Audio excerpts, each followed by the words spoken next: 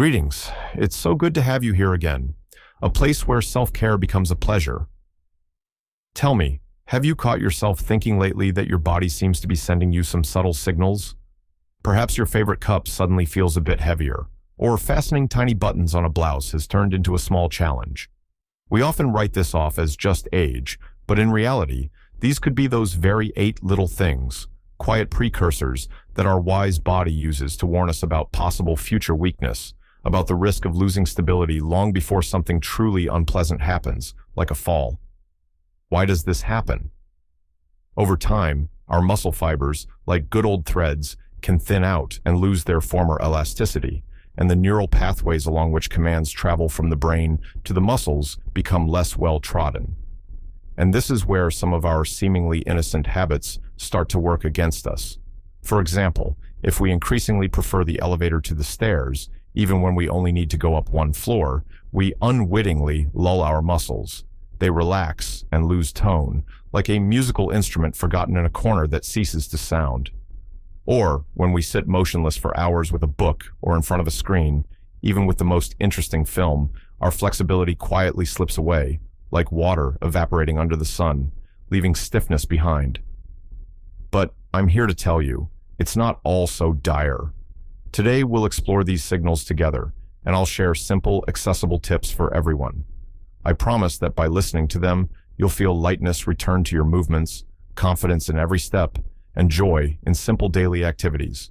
And all this, without exhausting workouts or complicated diets. So please, stay with me, because there's a lot of useful and, I hope, inspiring information ahead. Weakening grip, the first wake-up call from your hands. So, the first little thing we often dismiss is when your grip strength starts to fail you. Remember how you used to easily twist off the lid of a jam jar or confidently carry a full basket of apples from the dacha? If this now requires noticeable effort or even help from others, it's not just an annoying inconvenience. What should be done? I suggest replacing passive acceptance of this weakness with actively awakening the strength in your hands. Let me tell you the story of Robert. He's 74. Robert loved tinkering around the house all his life. His hands were always his reliable helpers. But in the last couple of years, he sadly began to notice that a regular wrench would slip, and jar lids became a real challenge. I'm getting old. My hands aren't what they used to be. He'd sigh, feeling despondency and dependence on others creeping in. He found it unpleasant to ask his wife for help with things he always did himself. This new weakness felt like losing a part of himself. At first, he simply tried to avoid tasks requiring hand strength, postponing minor repairs. But then he decided to follow a simple piece of advice. Every day, while watching the evening news, he started squeezing and releasing a small rubber ball, 15-20 times for each hand. Initially, it seemed like child's play to him. Can such nonsense really help? He doubted, but he was persistent. And imagine his astonishment when, after about a month, he unscrewed a tight lid on a pickle jar without much effort. It was a small but very important victory. Physiologically, it's simple. Exercises with a ball or hand grip strengthen or awaken and fortify the small muscles of the hands and forearms, which atrophy without regular load, like an astronaut's muscles in zero gravity. It's like retuning a musical instrument. It sounds clear and strong again. Psychologically, Robert felt a surge of confidence. It seemed to him that he had reclaimed a part of his independence from age. The practical benefit is enormous. You'll once again be able to easily manage household tasks, whether it's opening jars, gardening, or even just a firm handshake. This provides a sense of control and independence. So, my dears, don't let your hands get lazy. A little effort today is your strength and confidence tomorrow. Unruly fingers when fine motor skills falter. The next quiet signal that often goes unnoticed is when our fingers become less agile. Fastening small buttons on a shirt, threading a needle, writing a few lines in neat handwriting, or even just holding a small pill. If these actions have started to cause difficulty, it indicates a decline in coordination and fine motor skills. We often blame poor eyesight or age-related hand tremors, but the habit of avoiding such delicate movements, delegating them to others, or choosing clothes with zippers and Velcro only exacerbates the problem. It's as if a skilled violinist stopped playing. Their fingers would gradually lose their virtuosity. What do I suggest? Replace this avoidance with regular, simple finger gymnastics. Remember Emily, she's 76. Emily always loved embroidering and knitting. Her doilies and sweaters were the family's pride. But in recent years, she began to notice that her fingers were obeying her less and less. The thread would get tangled, stitches would slip, and the buttons on her cardigan seemed microscopic. "My hands have become all thumbs," she thought bitterly, putting aside her beloved needlework. "I guess my time has passed." She was very saddened by this, as needlework was her outlet. The habit of giving up tasks requiring finger dexterity led to the weakening of her neuromuscular connections in this area, like unused paths in a forest. They gradually become overgrown. I advised her a few simple exercises, sorting small objects, like beans or buttons, from one bowl to another, drawing or coloring small patterns, sculpting with clay or salt dough. Emily initially treated this like children's games. "How will this help me?" she thought skeptically. But her granddaughter brought her a beautiful anti-stress coloring book with small details, and Emily, not wanting to offend her, began to color a little. And you know what? After a couple of weeks, she was surprised to find that her fingers had become more obedient and her movements more precise. She even started knitting again. Physiologically, such exercises stimulate the nerve endings in the fingertips, improve coordination, and strengthen small muscles. It's like learning the alphabet anew. The letters once again form words. Psychologically, Emily felt immense joy returning to her favorite pastime. It restored her sense of usefulness and creative energy. The practical benefit is obvious. You'll be able to maintain independence in daily life longer, engage in your favorite hobbies, and maintain mental clarity, as fine motor skills are closely linked to brain function. So friends, let's train our fingers so they continue to delight us with their dexterity for a long time to come. Difficulty: standing up from a chair, a signal from your legs and cores. Another little thing that speaks volumes about the state of our muscles is how we get up from a chair or armchair. If you have to lean heavily on your arms, rock yourself before standing, or feel like you're swaying a bit to the side once you're finally up, it's a clear sign that your leg and torso muscles lack strength and tone. The habit of sitting for long periods and then standing up with effort, relying more on inertia or arm assistance than on the strength of your own muscles, works against us. It's as if an athlete, instead of coiling up before a jump, tried to take off with only a weak push. They wouldn't get very far. What do I suggest? Replace passive collapsing out of the chair with a conscious, controlled rise. Let me tell you the story of William. He's 79. William loved his old, sagging armchair by the fireplace. It was a symbol of comfort and peace for him. But lately, getting out of that chair had become a real ordeal. He literally had to push himself out with his hands, grunting and straining. Completely weakened, like an old sack, he thought with annoyance, especially if it happened in front of his visiting grandchildren. He was ashamed of his infirmity and tried to stand up as little as possible, spending almost the entire day in his chair. This habit of saving movement was actually like a slow fading. His thigh and back muscles, deprived of load, became flabby, like an uninflated balloon. I advised him a simple but effective exercise. Several times a day, for example, every hour or during TV commercials, simply stand up from a chair. It's better to start with a firmer, higher chair and sit back down, trying to use his hands as little as possible.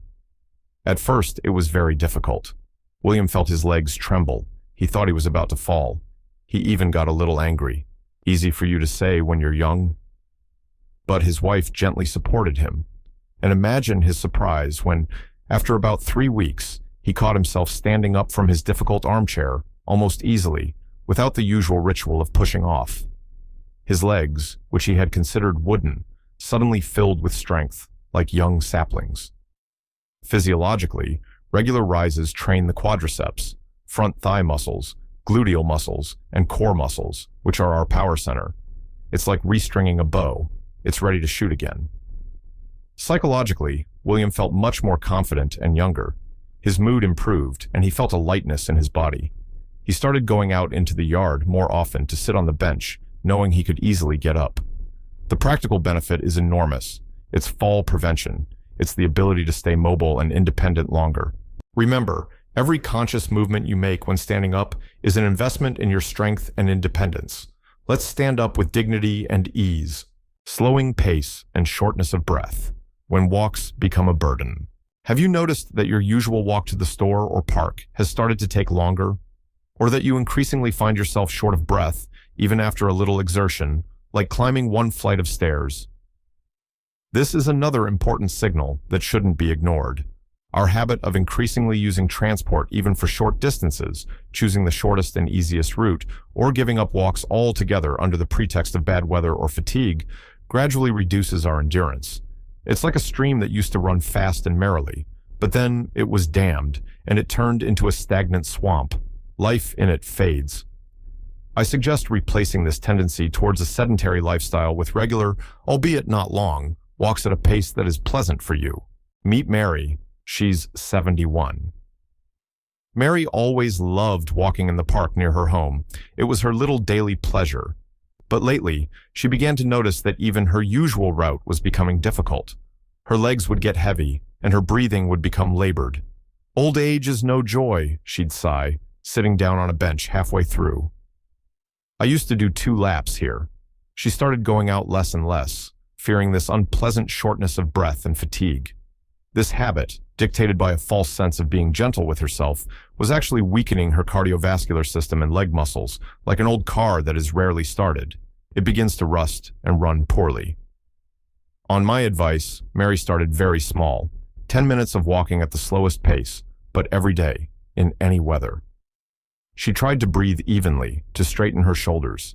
At first, it seemed like a drop in the ocean. What can these 10 minutes change, she thought. But she persisted. Gradually, she began to notice that she could walk a little further, a little faster, and one day, after about a month, she was surprised and delighted to find that she had completed her entire favorite route in the park and was hardly tired. Her breathing was calm, and her legs felt pleasantly light. It was a real celebration for her. Physiologically, regular walking trains the heart, improves blood circulation and lung ventilation, and increases overall endurance. It's like regularly airing out a house. It becomes fresh and easy to breathe in. Psychologically, Mary felt a zest for life again. Her mood improved and her sleep normalized. The practical benefit is obvious. It's heart and blood vessel health, more energy for the whole day, and of course, the pleasure of free movement in the fresh air. So, my dears, let every step you take be filled with joy and health. Start small, and you'll be surprised at your capabilities. Slight swaying or fear of tripping, restoring balance. And how are things with your sense of balance? Does it happen that you suddenly feel a slight dizziness or swaying when standing still or walking? Or perhaps you've started to notice that you stumble more often, even on a familiar road, and you warily eye every threshold or uneven patch of asphalt. This is a signal that your balance system needs support and training. Our habit of moving very cautiously, barely lifting our feet off the ground, or constantly seeking support, even when it's not needed, paradoxically, only worsens the situation. It's like a dancer who, fearing a misstep, stops doing complex moves and limits themselves to the simplest steps. Their skill would quickly fade. What do I suggest? Replace this excessive fear and overcautiousness with simple, safe exercises to train your internal gyroscope. Let me tell you about Thomas. He's 80. After he once awkwardly stumbled on the stairs, fortunately, it was just a bruise, Thomas became terrified of falling. He moved around his apartment, holding onto walls, and going outside became a real ordeal for him. This fear, like invisible bonds, restricted his movements and narrowed his world. He gave up going to the Veterans Club, where he used to enjoy playing chess. He thought this way he was safe, but in reality, his stabilizer muscles and vestibular system, without training, weakened more and more, like an untrained athlete who loses form. I advised Thomas to try a few very simple exercises that can be done at home, holding onto the back of a sturdy chair. For example, stand for a few seconds on one leg, then the other, or try to walk in a straight line, as if on a tightrope, placing one foot in front of the other. Thomas was very skeptical. "Tricks like that at my age? I can barely stand as it is," he grumbled. His first attempts were very timid. He felt extremely unsure, but his son patiently helped and encouraged him, and Thomas reluctantly decided to try. After a few weeks of daily practice, literally for 5 to 7 minutes, he was surprised to notice that he was walking more confidently. The swaying became less frequent and not as strong. One day, he even caught himself walking from the kitchen to the living room without holding onto the walls. This was a huge achievement for him. Physiologically, such exercises strengthen the muscles of the ankles, thighs, and core, which are responsible for stability, improve proprioception, the sense of your body's position in space, and train the vestibular system. It's like calibrating a compass. It accurately points the way again. Psychologically, Thomas regained some of his lost confidence and freedom. He gradually started going out of the house again. The practical benefit is, first and foremost, a significant reduction in the risk of falls, greater freedom of movement, and independence in daily life. Friends, your balance is your reliable foundation. Take care of it, train it, and you will stand firmly on your feet. Stiffness in the morning or after sitting, losing flexibility. Are you familiar with the feeling when, getting out of bed in the morning, you feel a bit wooden? Or when, after sitting for a long time reading or watching TV, you need some time to walk it off because your joints feel stiff and your movements restricted? This is another little thing that indicates we're losing flexibility. The habit of spending a lot of time in one position, avoiding movements that require stretching or torso twists, leads to our joints and muscles becoming less elastic. It's like an old leather bag that's no longer cared for. It becomes stiff and cracks. What do I suggest? Replace this immobility with gentle, regular exercises to maintain and improve flexibility. Let me share the story of Helen. She's 68. Helen had always been an active woman, but in recent years, she began to notice it was getting harder to bend down to tie her shoelaces or turn to look back without turning her whole body. Morning stiffness became her constant companion. Well, I'm slowly rusting away, she thought sadly, feeling her body become less obedient. She was uncomfortable with these sensations and instinctively tried to avoid movements that caused discomfort.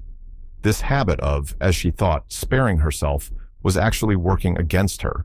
Her joints, not getting their full range of motion, became increasingly stiff, like unoiled door hinges. I advised her to include a few simple stretching exercises in her morning routine: smooth bends, torso twists, rotations in the shoulder and hip joints, all very slowly and carefully. Helen was initially wary. Stretching, at my age, I'm afraid I'll hurt myself. But she started with the most elementary movements, literally for 5 minutes each morning.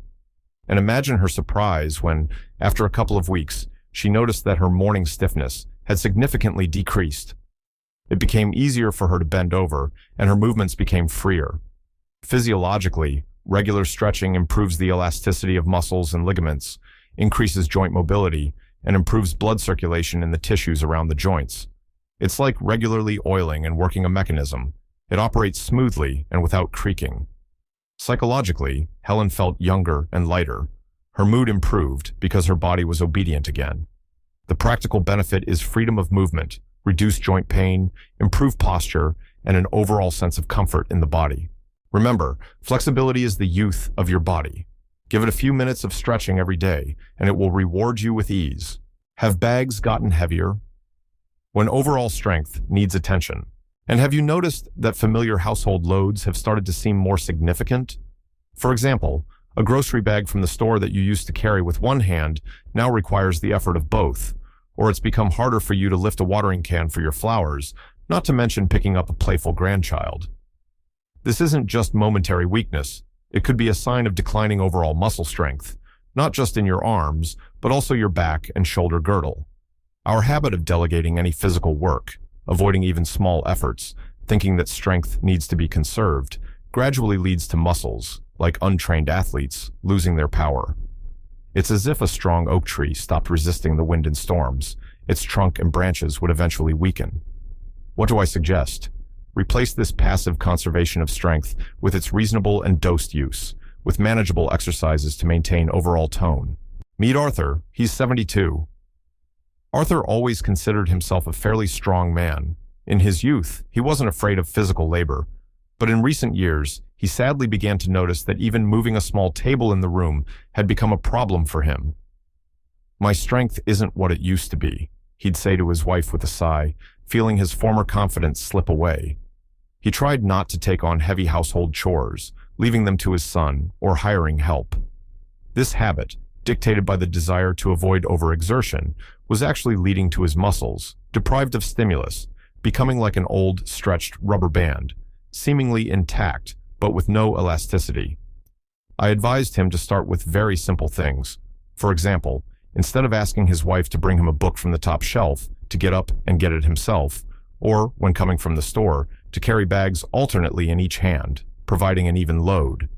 And also, to add a few simple exercises with small dumbbells, or even plastic bottles filled with water, bicep curls, lateral raises, light squats with support. Arthur initially dismissed it. Dumbbells? At my age, I'm not a bodybuilder, but he decided to try at least the lightest exercises.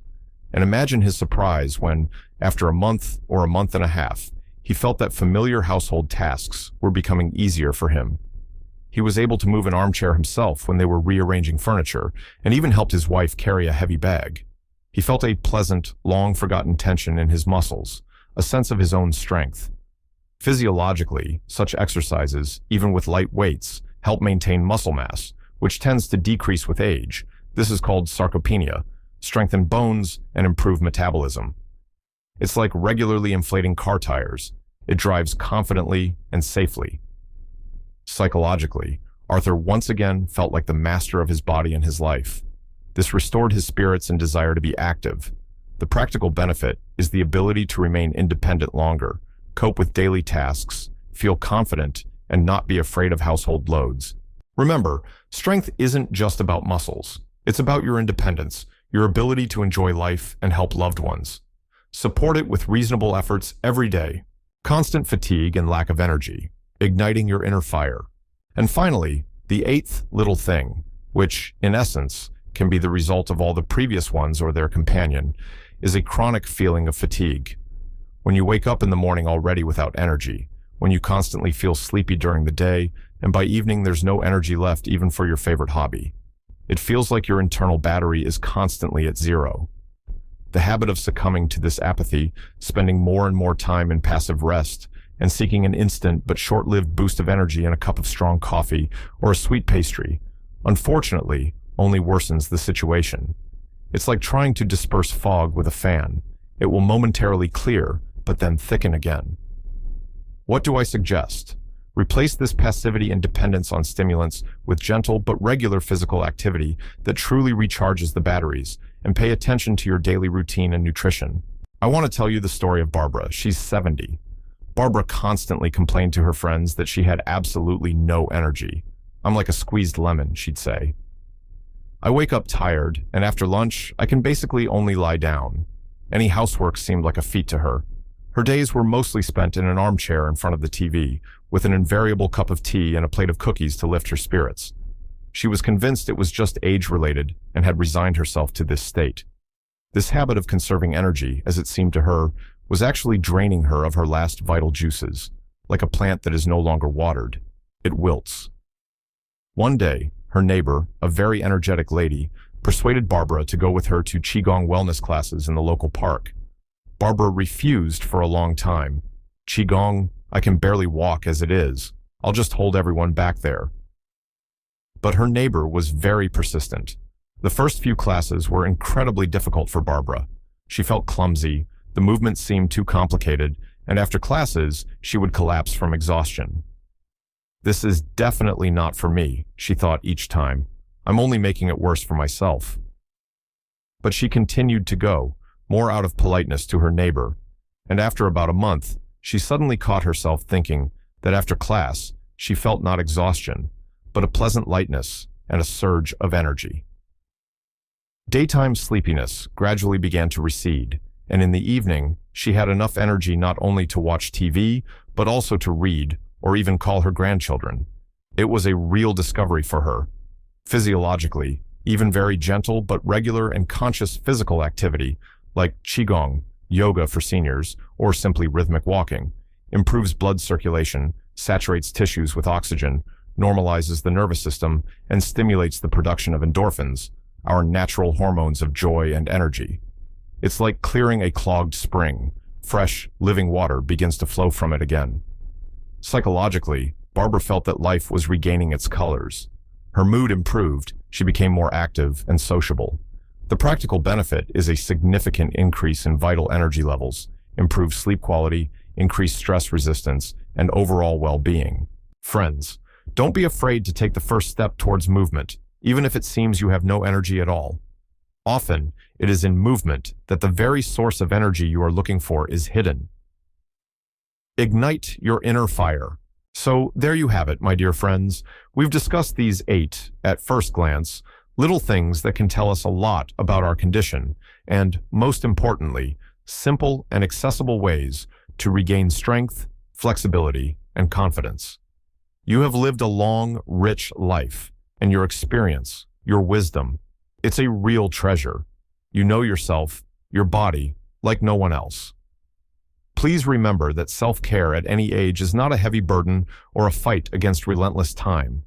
It's an expression of love and deep respect for your body, which has been your faithful companion for so many years. And it is ready to serve you for a long time to come, faithfully, if you give it a little of your attention and care. You deserve to feel vibrant, energetic, and full of joy every day, regardless of the number in your passport. Don't be afraid to start something new, even the smallest thing. Each of you is unique and capable of much. Believe in your strengths, listen to yourselves, and may each new day be filled with health, lightness, and light. I hope this expanded 8-block scenario suits you. The volume is around 4,000 words. I tried to maintain the style, add new stories, and make the transitions smooth.